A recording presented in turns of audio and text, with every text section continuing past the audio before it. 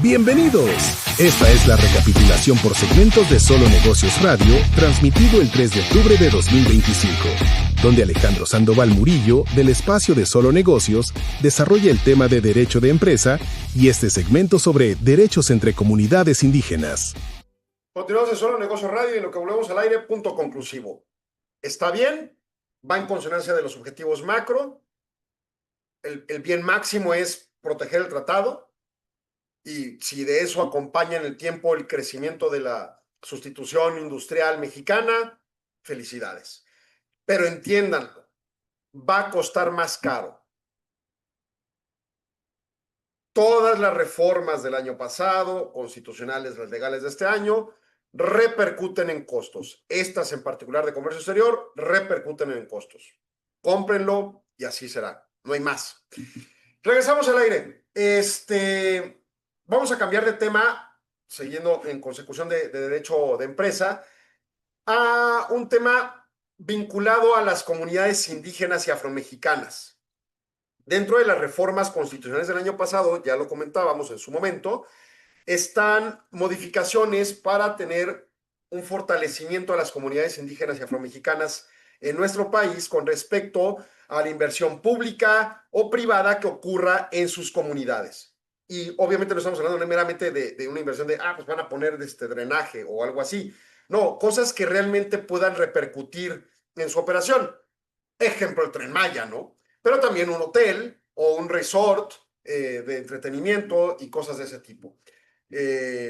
Son asuntos que ocurren no de diario acontecer, no en las zonas urbanas necesariamente, pero sí enfáticamente con obras grandes, ya sean públicas o privadas. Y entonces vamos a tratar dos temas. Acaba de salir de la Suprema Corte una resolución de la segunda sala, digo, ya desapareció la segunda sala el 31 de agosto, pero esta se resolvió pues al finalizar el periodo de la 11ª época y se publicó el 25 de septiembre. Esta resolución la denominamos prevalecimiento de derechos entre comunidades indígenas de hecho y ejidos o comunidades agrarias. Y es que ya no solo es el tema a contemplar de qué pasa si yo quiero poner una inversión, por ejemplo, un hotel allá en las barrancas, en las barrancas de Krill y bueno, toda esta zona de Chihuahua, de la Sierra de Chihuahua, y hacer un verdadero resort turístico, potenciando la economía de la región y obviamente a las empresas que se vinculen. Pero hacer eso tiene repercusión en las comunidades enfáticamente indígenas, que además, para mal de Chihuahua, esa precisamente zona serrana incluye a los grupos más pobres del país en varias métricas. Entonces, bueno, ¿cuál va a ser el beneficio? ¿Cómo va a ser el alcance? No estamos hablando, esta resolución no tiene que ver que vayan a poner un hotel, estoy diciendo el ejemplo. Lo tradicional, cuando vemos estos temas, es, bueno, va a haber un hotel o va a haber una obra de infraestructura, una presa o lo que quieran, y hay una comunidad indígena que podría ser repercutida.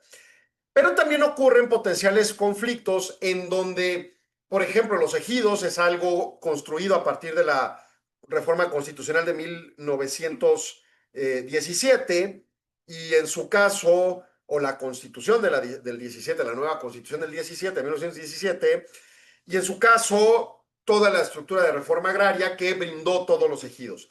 Y esos ejidos incluso tuvieron reconocimientos de periodos de siglos atrás, ¿no? Y entonces hay ejidos que se claman, pues no, nosotros tenemos poder de esto desde 1600, quién sabe qué, cosas así muy, muy locas, ¿no?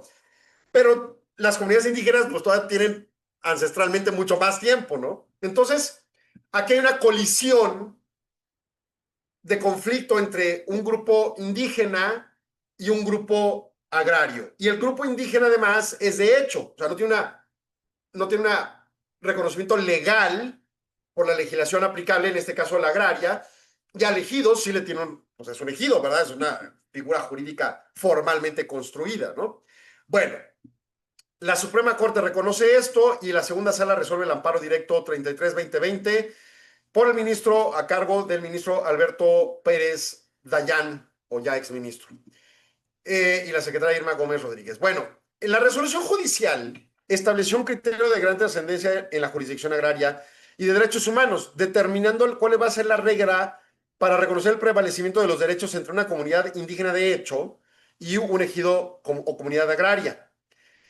Y esto cuando haya conflicto de tierras entre ellos, o sea, una colisión de intereses, ¿no? El fallo concluye, así de una conclusión genérica, ante un conflicto territorial, los derechos de la comunidad indígena, de hecho, deben prevalecer sobre los derechos del núcleo agrario que está formalmente constituido por el principio pro persona y el reconocimiento de los derechos colectivos a la tierra.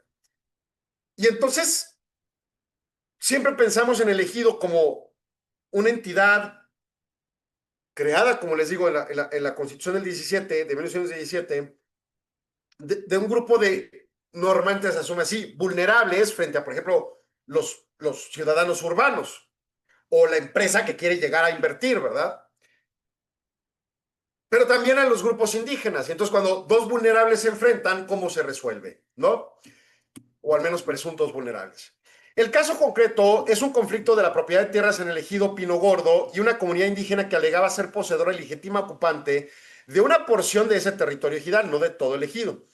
El debate se centró en la aplicación de los derechos fundamentales de los pueblos y comunidades indígenas del Segundo Constitucional y los instrumentos internacionales del Convenio 169 de la Organización Internacional del Trabajo. La sala estableció que la mera existencia del título ejidal o inscripción en el núcleo agrario en el Registro Agrario Nacional no es el único criterio para resolver un conflicto territorial. La existencia jurídica formal del ejido o la comunidad agraria no puede anular los derechos ancestrales a la tierra, territorios y acceso a los recursos naturales o posesión y propiedad de los recursos naturales. Bueno, no, quitemos la palabra propiedad, porque eso es del 27 constitucional. A posesión o uso de los recursos naturales que poseen las comunidades indígenas por la posesión tradicional y el vínculo tradicional, el vínculo cultural. Y no solo es el propio 2 de la Constitución, sino es todo este trazado de conversiones normativas desde los acuerdos de San Andrés Larraínzar de finales del siglo XX, cuando el conflicto zapatista en Chiapas, y luego la implementación de estos acuerdos en el segundo constitucional desde 2002 más o menos, que lo plantean en aquel entonces, y luego las modificaciones constitucionales al tiempo que se van construyendo, las resoluciones jurisdiccionales correspondientes, y luego la reforma constitucional del año pasado. Entonces, pues hay un trazado también normativo que acrecenta el reconocimiento a las comunidades indígenas, independientemente de que pertenezcan a estos grupos, de que hay una presidencia indígena y que son muy reconocidos y que le dan el collar al presidente en turno, a la presidenta, o sea, más allá de esas formalidades o tradiciones, el propio reconocimiento ancestral a grupos indígenas. Y entonces la Corte privilegia la dimensión cultural e histórica de la ocupación del territorio por los pueblos indígenas. Y se dictamina, para resolver los conflictos se debe realizar un análisis exhaustivo que integre el derecho agrario con el derecho indígena. O sea, no va a sobreponer uno con otro nada más de manera tajante. O sea, no es como, por ejemplo, en materia familiar, es más importante el derecho del menor que el derecho de los padres. No. Aquí sí tiene que haber una ponderación de muchos elementos. Y uno de ellos es usar o tomar en cuenta los usos y costumbres y la cosmovisión de la comunidad indígena con respecto al uso de la tierra. Porque recordémonos que muchos grupos indígenas, no todos, eran nómadas, ¿no? Entonces, además su posesión era temporal bajo el entender occidental actual contra lo que en su cosmovisión ancestral manejaban. O sea, para ellos no existía una propiedad, ¿no? Los que eran nómadas, pues llegaban, usaban y se iban en su trazado y su movilidad que llevaban sobre todo los movimientos de las estaciones, pues así, primavera, verano, otoño, invierno, y la capacidad de cosecha y la sobrevivencia que buscaban, ¿no? En ese orden de ideas, el tribunal colegiado que originalmente resolvió y que a la postre llegó a la Corte, pero el tribunal colegiado determinó el régimen constitucional mexicano de derechos humanos y la jurisprudencia interamericana exigen una interpretación progresiva y aplicación de un control de convencionalidad y constitucionalidad que favorezca la tutela reforzada. O sea, tomar las convenciones internacionales y la Constitución Nacional y buscar cómo dar pauta a que los derechos humanos que sean el soporte de resolución del conflicto sean progresivos en su implementación, que es lo que aspirábamos, por ejemplo, cuando discutíamos el tema de la ley de amparo, pero no nos hicieron mucho caso. Pero bueno, y la reforma judicial y la reforma, en fin. El tema es esta tutela reforzada de ir tras de las comunidades indígenas, incluso si carecen de una figura jurídica formal, sobre todo ante el núcleo agrario. Y entonces se les da un estatus de comunidad indígena de hecho para los efectos de la protección constitucional. La sentencia de la Corte obliga a las autoridades agrarias a reconocer la personalidad jurídica de hecho de las comunidades indígenas que ejercen sus derechos agrarios colectivos.